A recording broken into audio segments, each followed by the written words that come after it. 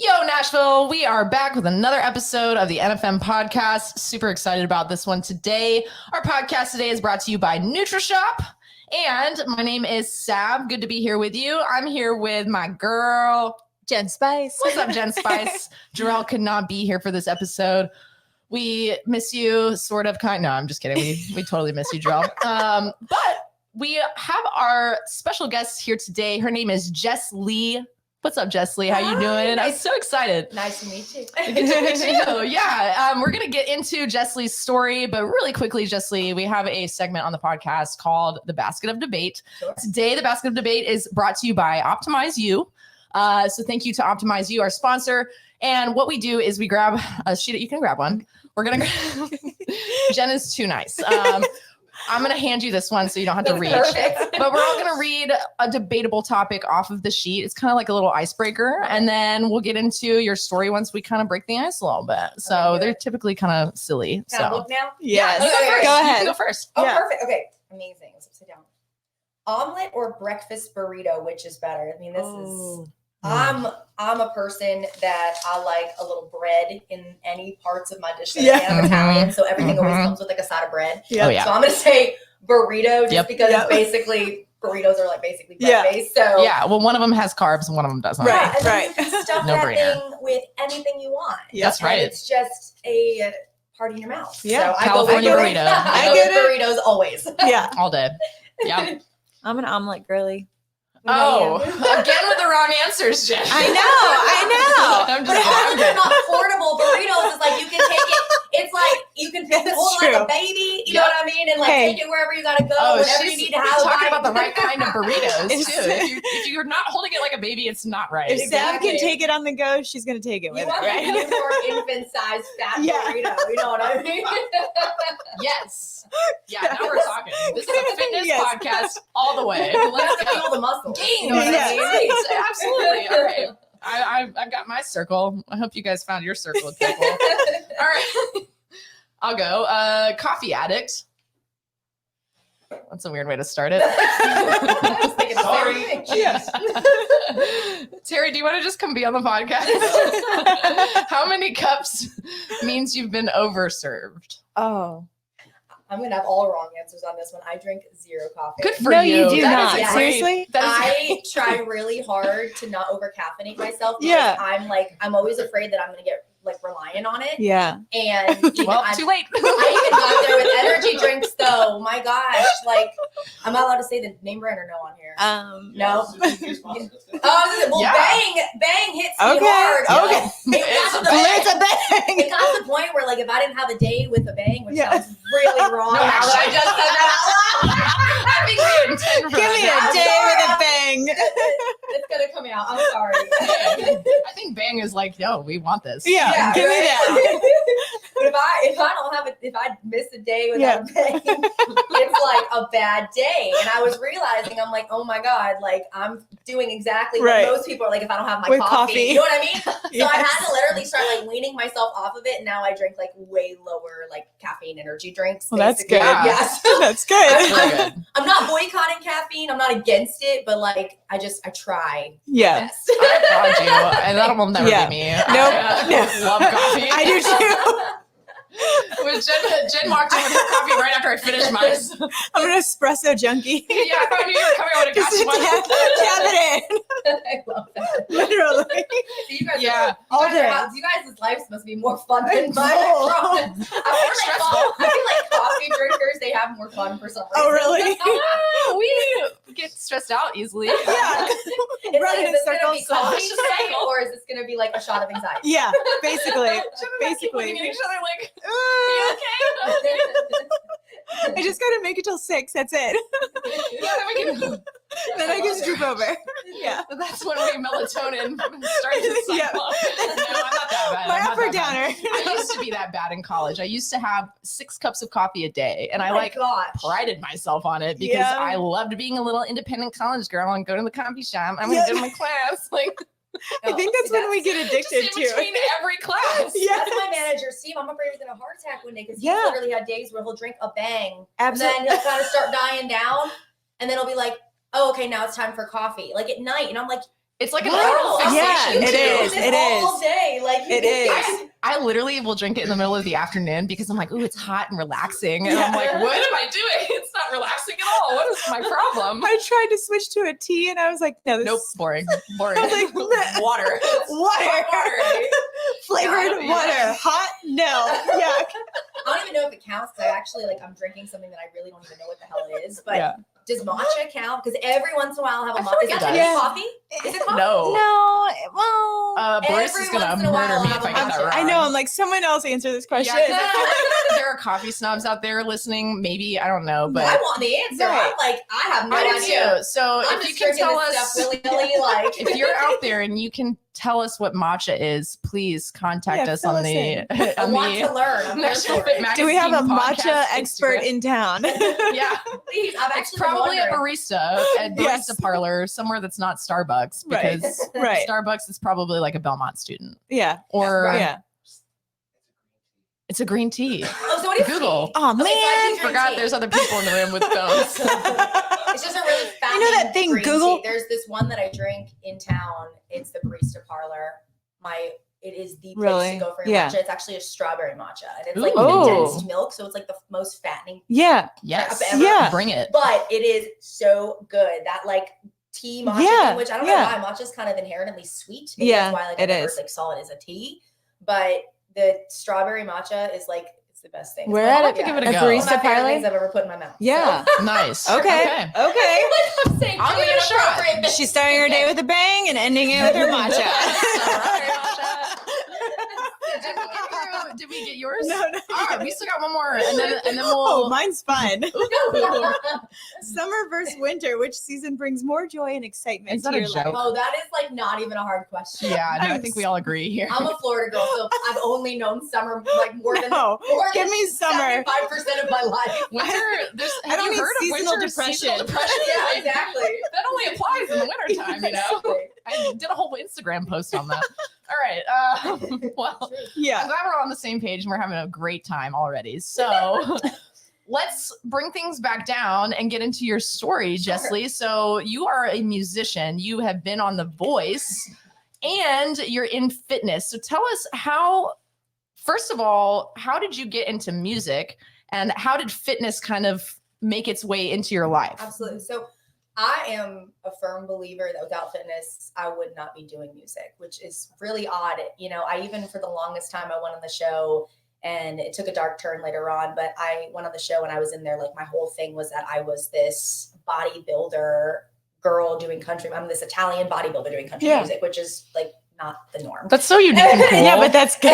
Awesome. It's just me, you know, like that's the funny thing is like, I didn't even think about it as being this like unique thing. It's just like who I've grown into. And like, my family is very, very cultured, although like I'm this Southern girl from a population 500 town. Yeah. On the other side, I've got my family that literally owns an entire street on Long Island, you know, and it's like this huge Italian That's so family cool. that does Yeah. the big, you know, Italian basement holiday parties where like everybody, you know, comes to a house. And I've they always all been make jealous turns. of Yeah. Italian families for it's that a reason. lot of love. Yeah, It's a that's lot of so loud cool. love, but it's most of the time it's a lot of love. But you know, a lot of good food too. That's the most Mhm. important part, especially being a weightlifter. But you know, so I got into music because of fitness, but I got into fitness because of my past. And I came from having an abusive father, and it was for nearly at this point half of my life that I went through it. And you know, when you are going through something like that in your formative years, it is not only just traumatizing, but I talked about this with Terry before, and the way that I describe it is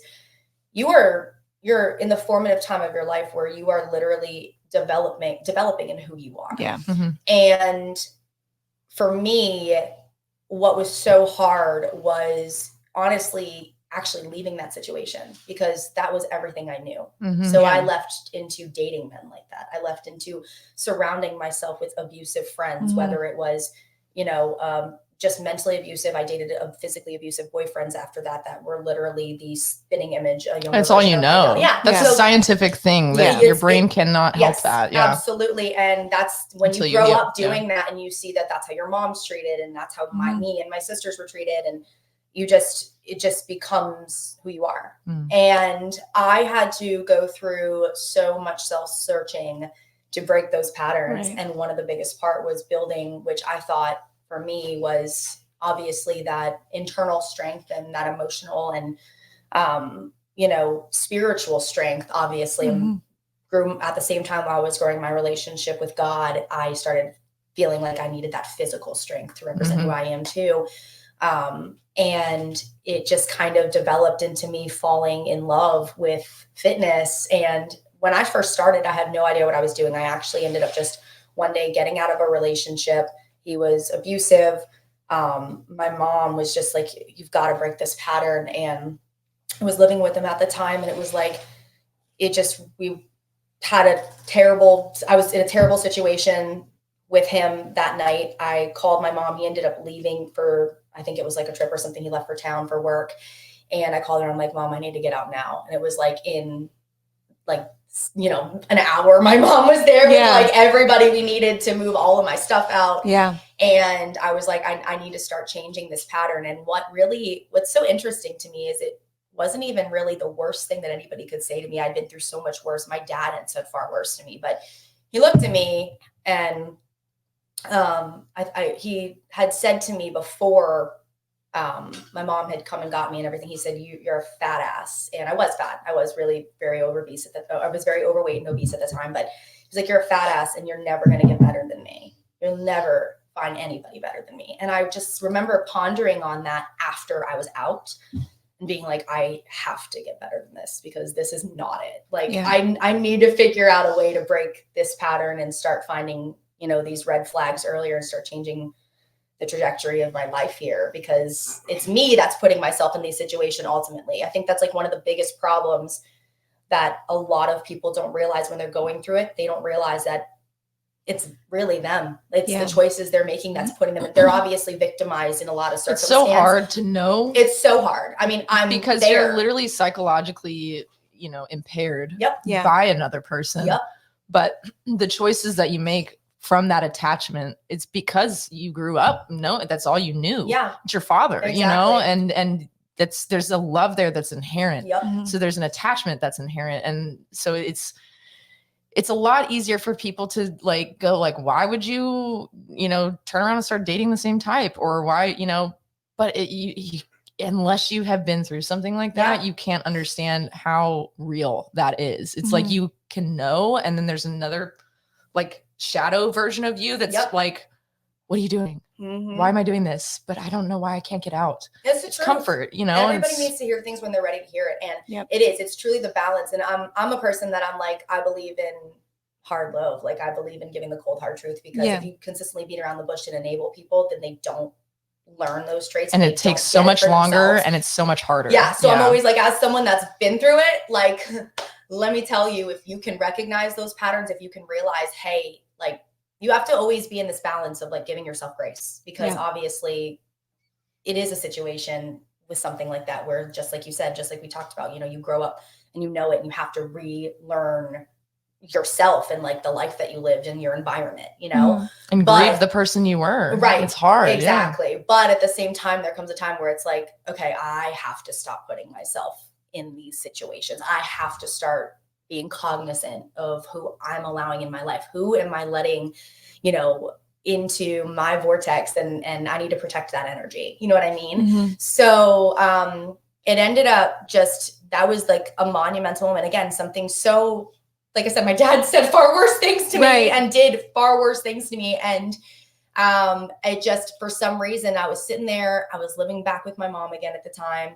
It was I felt like I just took this huge step backwards, which was the biggest step forward in my life. Yeah, I was gonna say. Yeah. And I was just pondering over it, and I'm like, damn, I need to start making radical changes. And one of the first things that I did was I was like, I'm gonna go to church. I'm gonna start getting my spirituality together. I'm gonna start finding something that's bigger than me to put my love and my faith and my trust in, that is always gonna give that love back in return, And number two, I want to start seeing myself better. I mean, when you're looking at yourself and you realistically are unhappy, which everybody is different, someone who may be a little more overweight might be able to look at themselves and be like, I'm beautiful. And yes, queen. You know what I mean? Like, good for them. I was not like that. And that's just me being real. I'd look in the mirror and I'd put on that act, but that was not me. I would shame myself every day the way I wouldn't want people to shame me. Right. You cannot get better if even you're talking to yourself like that. Exactly. You know what I mean? So, and what sucks is people think it's like when you talk about affirmations and how important they are, like how you talk to yourself, people are like, oh, I know it's so cheesy. And I'm like, please stop making it so cliche, because I don't care if it's so cliche. It's so true. How you speak to yourself matters. And if you don't practice, you won't get better. You won't be able to talk to yourself in a way that you deserve to hear. You know, I mean, they say things like, how would you, your closest people, like, how would you talk to them with love? And then it's like, well, yeah, talk to yourself like that. And people are like, I know. And it's, no, you don't. You have to take that seriously, and you have to stop looking at it like it's some joke or like it's some cliche, because it is so, I cannot stress enough how important that is in life, because if you don't do it, nobody else will. And you're just going to be unhappy, and you are digging that hole. I used to be the girl. I've been that girl too. I've been that girl this year. Yeah. I would literally look at myself and I'd be like, I'm going to start telling myself I'm beautiful, and I'm going to manifest that physicality, because I'm going to put the work in, but I'm also going to, you know, attract that frequency. And really what put it into perspective to me, and it's one of my favorite things to share, is like when you make it a fact, when you bring this science into it, then it becomes less cheesy or less woo-woo, you know? Yeah. One of the biggest things for me was hearing the story, and I'm going to totally butcher it because I'm not a scientist, but but the basic outline is the story of Dr. Emoto with his water project. And I suggest anybody to look into that, because it is the proof that the energy that you put into something is going to be what manifests into physicality. And the long story short is there was different rooms of water, and every room was being fed a different energy. Some were being fed negative energy. Some were being spoken to beautifully, being told that they're the most beautiful water in the world, whatever it was, you know? Yeah. The ones that had positive energy formed these almost like perfect symmetrical snowflake crystals when they were frozen. Wow. And the ones that didn't looked like screwed the hell up. Like they looked jagged. They looked like someone like took a I love experiments. Yes. So I cannot wait to read about that. I know. Now I'm going to have to look that up. It's incredible. Dr. Emoto's water project. I'm probably not even saying that exactly correct, but if you put Dr. Emoto's and water and, you know, I'm sure it will come up. Yeah. But it was a long time ago when I had read it. I mean, it was literally back in, again, during that time period where I was just trying to, you know, flip my world around, you know. And how old were you at that time? Honestly, I honestly can't even remember. I'd have to go back and do all the math. But I was again, it was probably late teens at this point. It's been so long since I've really like laid it all out, and my life has been so fast paced. Yeah. But it was probably late teens at that time, and it definitely was, because I had moved out of my mom's far too young. Oh, really? Yes, let's put it that way. But I made it a mission, and I went to that gym, you know, literally like the next day that I had just moved out. I was like, I'm doing it. Like if I put it off, I'm going to keep putting it off. So this is the day that I make the decision to just start like applying everything that I'm talking about.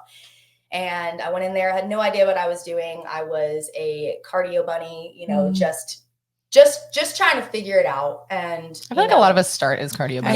Yeah. We're a whole nation of cardio bunnies turned fierce. Absolutely. You know? Exactly. And I lost a bunch of weight, and then I plateaued. And I had this guy walk up to me, and he was like, I always see you in here. And he's like, don't take this the wrong way. You work so hard. But he's like, have you ever tried weightlifting? And I'm like, oh no, that's so taboo. Like, I'm going to turn into a man. I swear to God, that's literally how I spoke to him. There's no way. There's no way. Yeah, I know. No, I mean, that's immediately. It's so funny looking back. Yeah. Because like I legit like thought like if I even touch that iron, I'm gonna start growing chest hair. Like, you know what I mean? So I was like, funny. Yeah. So he was like, he literally laughed at me just like y'all did. And then you know, he was like, no. He's like, I'm gonna take you under my wing. You're gonna train with me. This guy that I didn't know, and I just would literally meet with him every day. He kept me accountable for no reason. Awesome. Who is this? Yeah.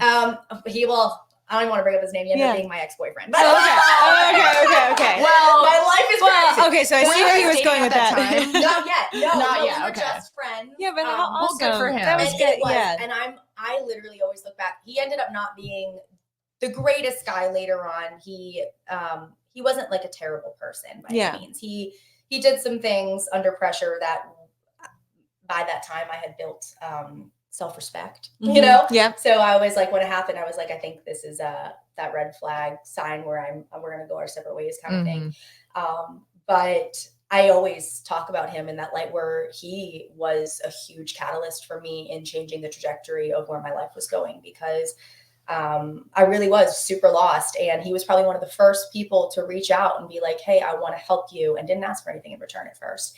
And I to this day, I'm always so grateful for that, because not everybody, gets that person. No. And sometimes when we do, naturally, because of what we go through in life, we think, well, what do they want? You know what I mean? And there are nice people out there that just want to help and want to just be good people. And because of him, it made me want to be that person to just do things for no reason for people. Yeah. Well, and there's people people are seasons in our lives too, Absolutely. And it's hard because change is inevitable, but it's hard to let go of people sometimes. Sure. Sometimes it's much easier to let go of people, but there's those people who serve that purpose in our lives, and it's okay, I think, and healthy to look back on your life and go, wow, I really appreciate, because I have exes, and I have some pretty bad endings to those relationships, but I still am grateful for the whole experience, because if I were to just trash that and be like, okay, you mean nothing to me, then it would be a lie, because why would I go through the whole relationship? There's something about that person that I loved and was attracted to initially, and that I developed a deep love for. Absolutely. Because I'm that way too. I'm a lover. I'm very much so in my feels a lot. And you have to manage those. But my point is, those people are seasons, and they'll always be important to my tapestry. Yeah. Right. And I'm sure I'm important to theirs, whether they acknowledge it or not. But it's one of those things, you can let it go and it be, And that goes for not even just people. I mean, I talk about that. I think there's only one person I wrote a song about him called Unmeet You. There's only one person that legitimately was like, if I could go back in time, I'd be like, I have. Absolutely. Those exist. There's one. Yeah. But everybody, thank you. Everybody else, and even with the situations in my life, I am like, looking back, I mean, it's so parallel to that butterfly effect of who you become. And I believe in that, and, even still, my dad, everything that I went through him, I look back and I'm like, I would not be the woman I am today if I didn't go through that. Of course, there's obviously better situations that people could grow up in, but I don't look back and think like this is my dad's hat, and he was an Army major. Cool. He passed away while I was on The Voice, and it was the weirdest sensation, because when I got the call that he was gone, I had nothing physical to be mad at anymore. All of that anger, everything that I felt, the rage towards him, it just dissipated. It was the craziest feeling, and I had this feeling in my head from God. It was like, he's here with you now, and his spirit is pure, and you have a guardian angel watching you at this point. And now I have a completely different relationship with my dad. I love that. So, what a healthy way to work through that. I just believe that the human flesh is what is easy to get, demons and darkness attached to you. And I think when we all come down here, we're so pure. And I think that's part of it. The purity can kind of fade a little bit, and I think that's part of just being the person. We're human. Finding a journey. Yeah, you're on this journey. We sign up for this journey for a reason. And some people take the wrong turn. Some people, we all do at some point, but some people really go wrong, and some people really go right. But that's the yin and the yang, and the ebb and flow of life. And that's kind of what also keeps it exciting in a lot of ways, and I think that, that's the difference between whatever's up there and down here. And, up there, it's got to be all good. It's got to be all pure. So it's the only way I can see him at this point. That's amazing. Wow. Yeah, I appreciate what a story. Wow. He's my angel now. I always take him everywhere. Absolutely. Yeah. God, what a way to tie that bow. Yeah. But we have to wrap things up. But really quickly, we're going to take a quick break for our sponsors. So we'll be right back. And we're back. Stretch Your Intellect, sponsored by Stretch Zone Franklin. Woohoo. All right. So Stretch Your Intellect, Jesslee, is a segment almost like Basket of Debate. Except we don't debate anything. We just read random facts. I like it. Sometimes they're just so like bland that they're funny, and sometimes they're funny because they're funny, and sometimes so your take on it is your take on it. You go first. Well, this is perfect after she's talking about the water project, because snowflakes. Did you know that no two snowflakes are exactly alike? Each snowflake has a unique shape and pattern due to the intricate formation of ice crystals in the atmosphere. So if they're all spoken to very kindly, they come down dropping, looking like little crystals. Right, exactly. Perfect. And not botched little snowflakes. I knew that. And what's funny, you're perfect. Angry snowflakes. Right? Oh my God, could you imagine if angry snowflakes were falling down on you? I've never read a children's book. Angry snowflakes. I feel like that's like a horror movie though. Oh my God. Side note. It's the and next I'll make night it a real before quick Christmas. side note. It's angry Christmas. Do you guys know there's a movie about evil sloths that murder? What is it called? Sloth Apocalypse or something? It's literally the worst. No, it's like the Winnie the name Pooh tied together. movie. It's like sloth. What's crazy is Slaughterhouse. You're kidding me. That's funny. Look it up. Did you watch it? What's so sad is I think there's only 100 sloths left in the world. I know. But they can't defend themselves. We were watching something one time and they had the camera and it literally took it 5 seconds to just look at the camera. And I'm how do they run? How do they have any sort of defense of anything? No wonder they're almost gone.